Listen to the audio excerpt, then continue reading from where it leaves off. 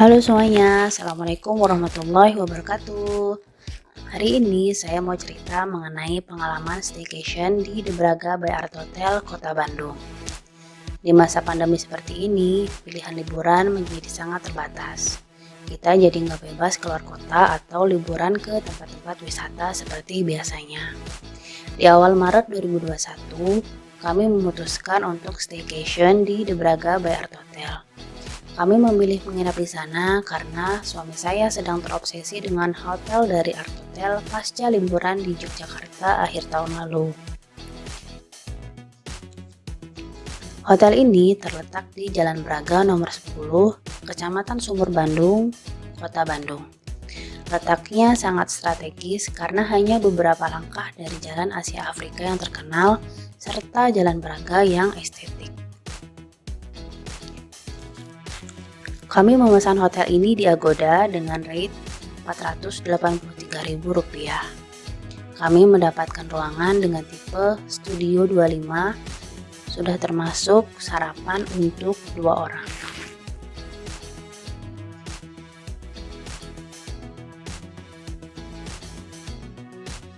Kami sampai di hotel ini sekitar pukul 12 siang. Biasanya hotel akan bilang ke kita kalau belum waktunya check-in dan kita diminta buat nunggu. Tapi di hotel ini petugasnya langsung memproses check-in kami dan setelah beberapa menit menunggu di kursi yang dekat dengan tangga menuju lantai 2, ruangan kami sudah siap, yaitu di lantai 11.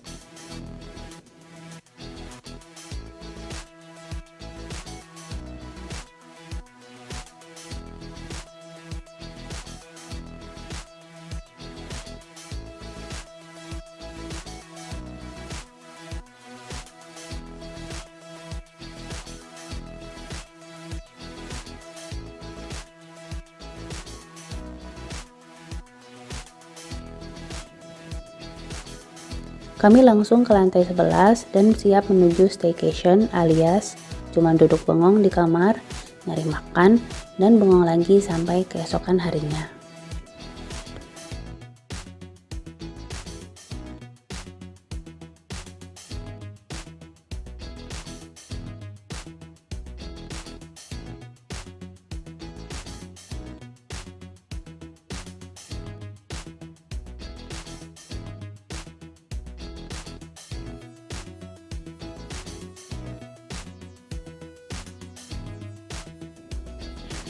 Setelah keluar dari lift di lantai 11, kami bisa melihat dengan jelas Jalan Braga menuju Jalan Asia Afrika. Kami juga bisa melihat beberapa kamar hotel dan restoran di Hotel Ibis Style yang terletak di samping The Braga by Art Hotel ini. Menara Masjid Alun-Alun dan gedung BRI di sampingnya juga terlihat jelas dari lantai 11 hotel ini.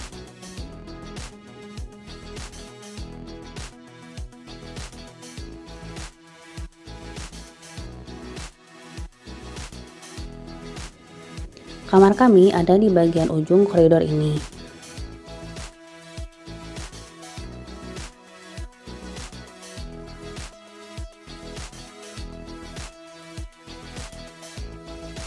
Saat digunakan, kunci digital berbentuk kartu bekerja dengan baik.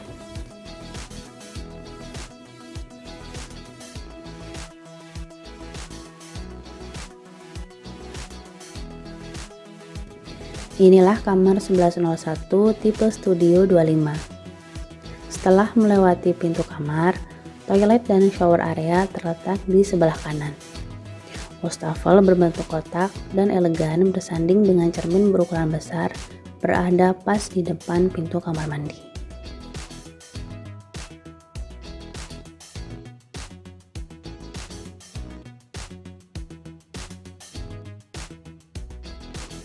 Toiletries yang disediakan adalah 2 pasang dental kit, 1 shower cap, 1 sabun padat berbentuk bulat, 1 gelas, dan juga tisu toilet.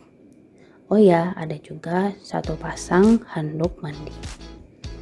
Toilet duduk ada di sebelah kanan dengan posisi yang agak nyempil dan nampak kurang nyaman sih ya.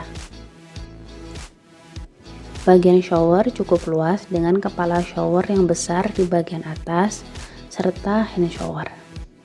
Saya sendiri suka banget dengan bagian shower ini karena mudah menemukan posisi keran dengan suhu air hangat terbaik untuk mandi. Airnya juga mengalir deras dan lembut di kepala serta badan. Yang kurang saya sukai di shower area ini adalah botol shampoo dan juga sabun yang terasa sangat keras. Saya merasa kesulitan saat mengeluarkan shampoo dan sabun cairnya. Desain dan kemasan toiletries di The Braga by Art Hotel ini cukup berbeda dengan Art Hotel Jogja yang pernah kami singgahi di akhir tahun lalu.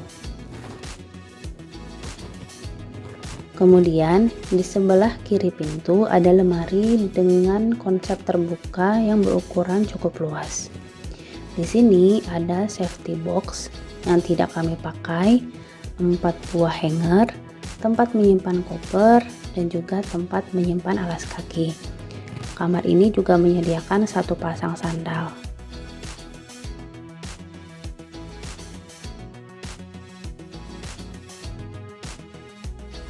Di bagian pinggir ada 1 teko air, beberapa saset creamer, gula, kopi, serta teh, dan juga 1 unit alat penyeduh kopi otomatis dari Nescafe yang kami gunakan untuk membuat air panas.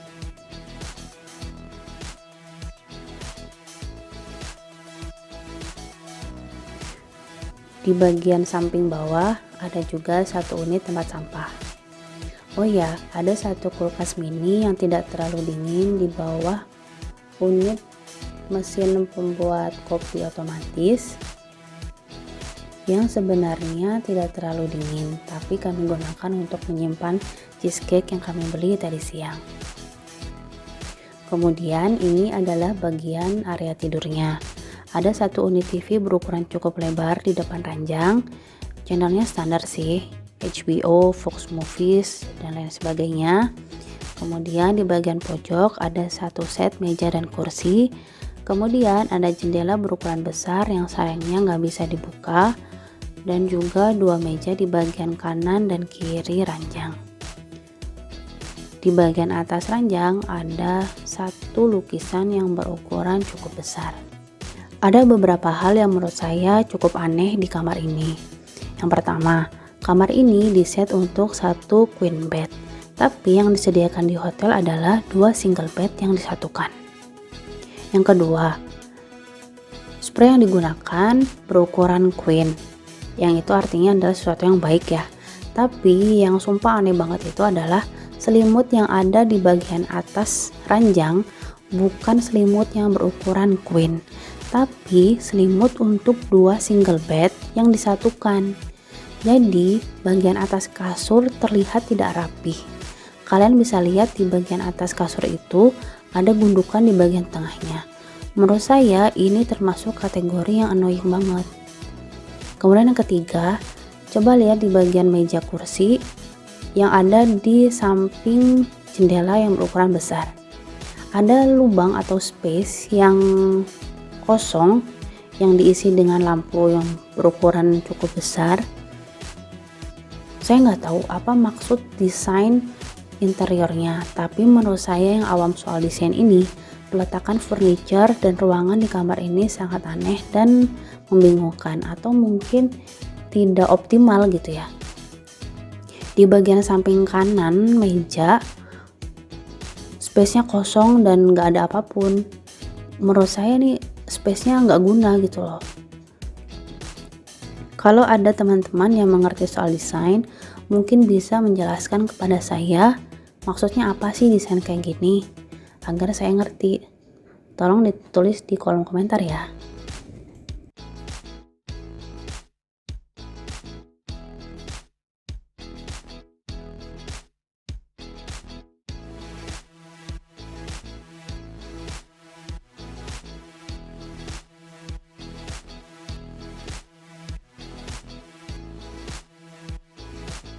Setelah beres sholat zuhur dan lain-lain, saya lalu mencoba menggunakan wifi di kamar. Koneksi internet di kamar ini cukup baik, yaitu kita bisa streaming video di YouTube dengan lancar dan juga cukup cepat saat saya mendownload video di handphone saya. Kemudian, sekitar setengah 2 kami memesan makanan secara online alias GrabFood. Nah, sembari menunggu mamang ojol datang, ternyata hujan datang dengan cukup deras. Tak lama kemudian, makanan kami datang yang rasanya cukup enak dan juga hangat dengan harga yang cukup murah karena kami mendapatkan diskon 35%. Terima kasih GrabFood. Kami leyeh-leyeh aja di kamar abis makan siang. Kemudian setelah sholat maghrib, kami keluar hotel untuk nyari makan malam. Kami rencananya mau makan malam di mie kocok Mang Dadeng yang gak jauh dari hotel ini. Kami jalan kaki aja ke sana dalam kondisi masih gerimis dan juga gelap.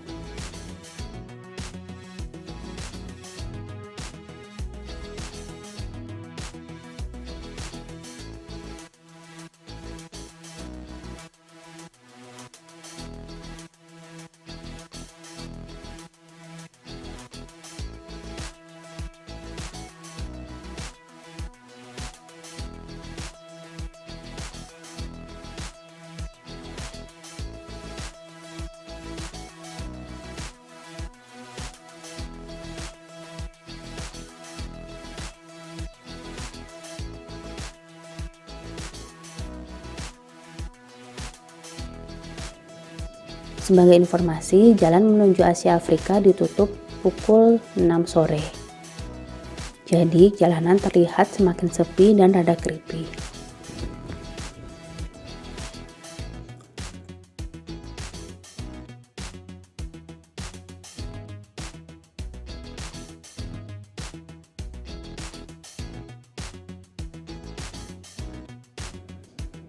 Setelah menyeberang dari hotel, jalan lurus aja sampai perempatan yang ada Circle K-nya.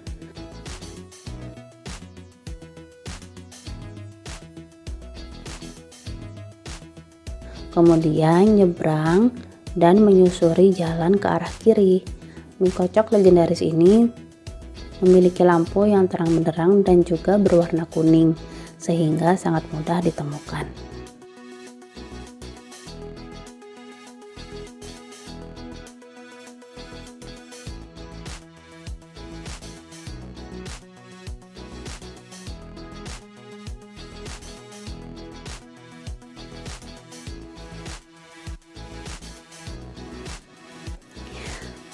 Saat kami sampai sana, tidak ada pelanggan selain kami, sehingga kami bisa dine-in dengan tenang. Saat itu kami memesan mie kocok biasa, teh tawar hangat, dan juga kerupuk.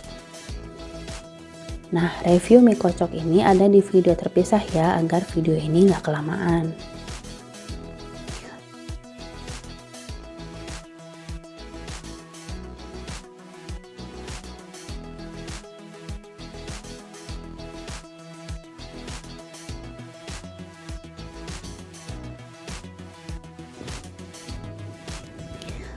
Setelah selesai makan malam, kami lalu kembali ke hotel untuk menikmati cheesecake dan suasana malam di balik jendela kamar yang luas.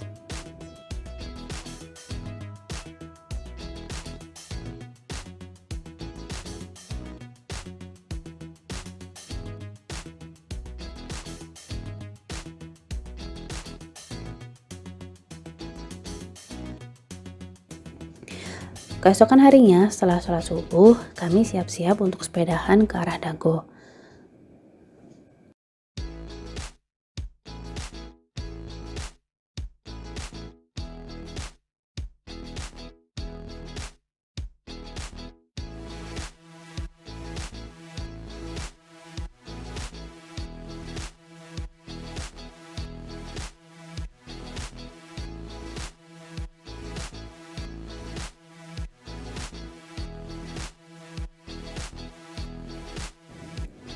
Setelah merangkai sepeda, saya dan suami langsung start sepedahan sekitar pukul 5.45.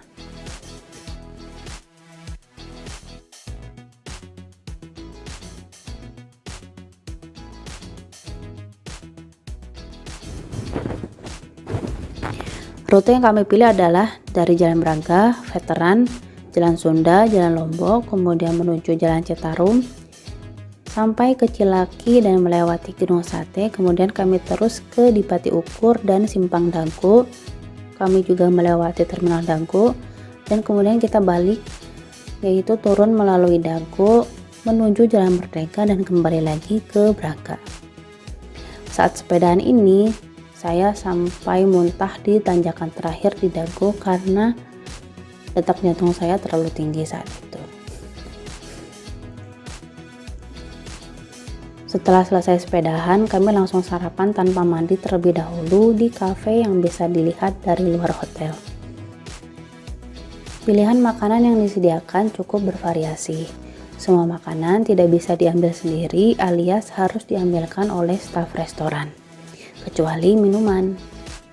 Saat itu kami mencicipi sebagian besar makanan yang ada di sana. Semua makanan rasanya enak, tapi enggak yang luar biasa gitu, kecuali pastry yang berisi pisang dan juga sosis.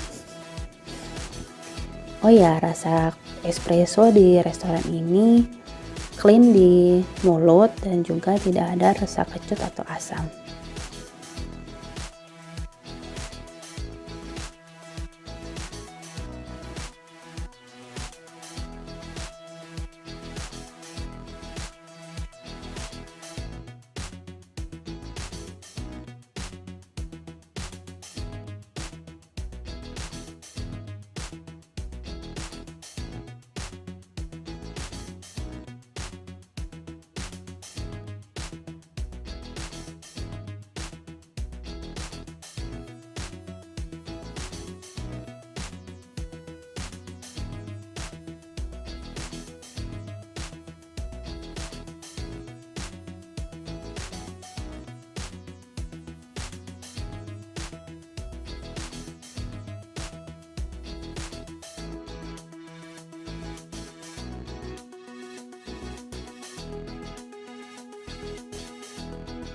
Setelah sarapan, kami jalan-jalan dulu di lantai 3 hotel ini.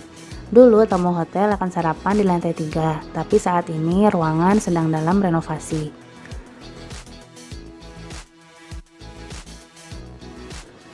Kolam renang terletak di bagian kiri lift.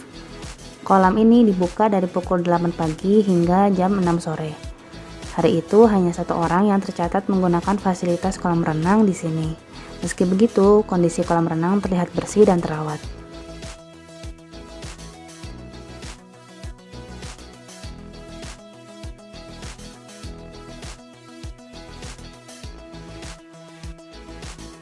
Kolam renang ini dibagi menjadi 2 bagian. Yang pertama untuk anak-anak dengan kedalaman 0,4 meter dan untuk dewasa kedalamannya 1,2 meter.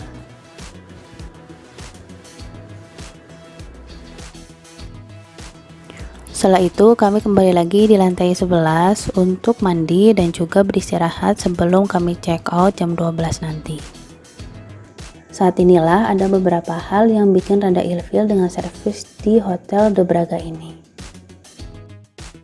Setelah mandi, saya baru sadar kalau air di teko kamar sudah habis. Karena sajian air di kamar berbentuk teko, maka logikanya air tersebut bisa direfill dong. Karena itu, saya ingin bertanya ke resepsionis melalui telepon di kamar. Ternyata, telepon di kamar kami tidak bisa digunakan. Saat nomor ditekan, tidak ada nada tutut yang biasa kami dengar saat menggunakan telepon rumah atau telepon di hotel manapun. Saya dan suami sudah beberapa kali mencoba menggunakan telepon tersebut, tapi tetap tidak tersambung, bahkan ke semua nomor yang tertera di informasi atau yang ada di telepon tersebut. Saat itu suami saya harus keluar kamar dan turun ke lantai dasar tempat resepsionis berada dan meminta air di kamar kami untuk direfill. Saat itu resepsionis menerima dengan baik request kami. Tapi saat itu suami saya lupa bilang kalau telepon di kamar kami tidak bisa digunakan.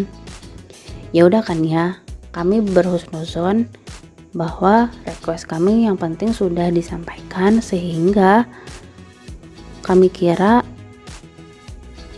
request kami akan selesai dan air akan diantar ke kamar kami mungkin sekitar 15 menit. Tapi setelah menunggu sekitar 30 menit, air tetap belum diantar ke kamar kami. Saat itu saya sudah merasa haus ya, jadi saya meminta suami saya untuk turun kembali ke resepsionis dan menanyakan request kami, yaitu air di kamar kami untuk direfill. Sembari ke resepsionis, suami saya kemudian ke parkiran dan menuju mobil kami untuk mengambil 2 jeruk dan air sisa sepedahan kami tadi pagi. Setelah itu, kami harus menunggu setengah jam lagi sampai air diantar ke kamar. Yang artinya, air itu kami dapatkan 1 jam setelah request kami masuk ke resepsionis. Saya kurang tahu, mungkin ada miss atau kesalahan atau keterlambatan informasi ke bagian yang menghandle request seperti itu. Tapi menurut pengalaman saya tadi, kecepatan servis dari hotel ini kurang baik.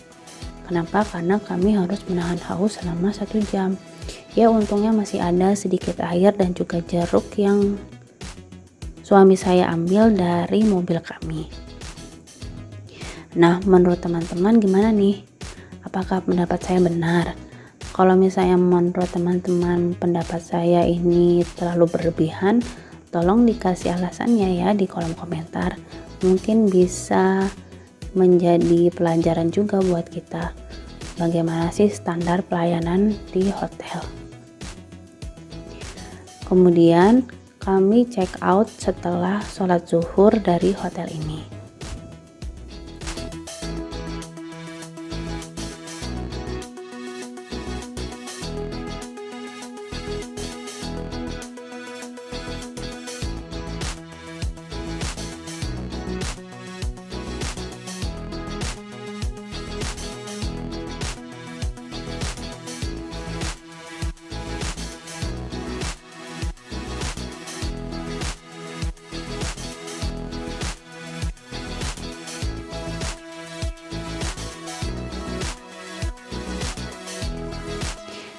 Nah, demikian review jujur dari kami. Terima kasih telah menonton video ini sampai selesai. See you.